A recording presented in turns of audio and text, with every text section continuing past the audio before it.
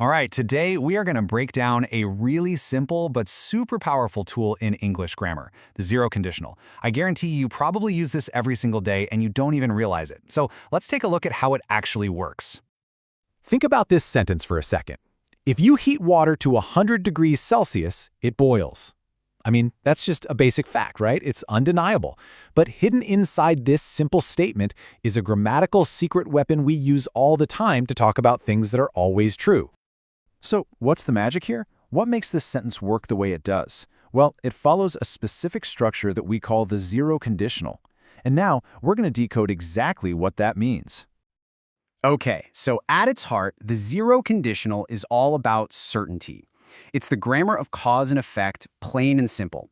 Anytime we're talking about scientific facts, general truths, or just rules, this is the structure we reach for.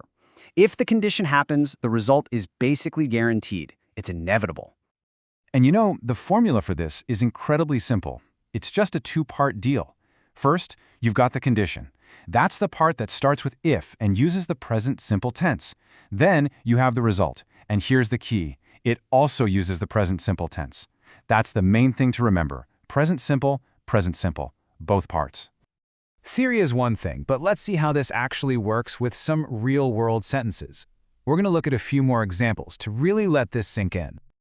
Okay, let's run through these. First up, if students don't study, they fail exams. Yep, that's a general rule of life, right? How about if you mix red and blue, you get purple? That's a scientific fact. Here's another one. If you press this button, the computer turns on. See? Direct cause and effect.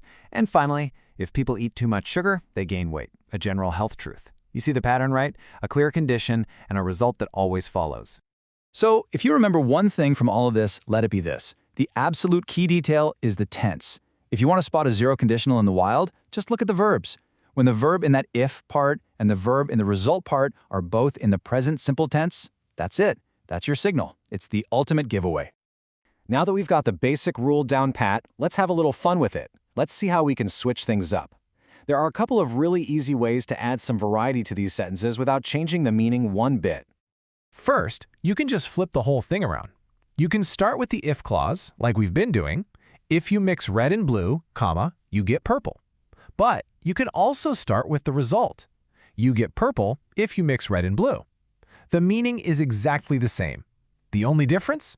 When that if is in the middle, you just don't need a comma. It's as simple as that. And here's another neat little trick for you. In a lot of these sentences, you can swap out if for when, and it doesn't change the meaning at all. So if you press this button becomes when you press this button and the computer still turns on. This works because we're talking about a certainty, not just a possibility. It's going to happen every time. Okay, so we've covered the structure, we've gone through the examples, and we've even looked at the variations. Let's wrap this all up with the essential rules you need to walk away with. Think of this as your cheat sheet.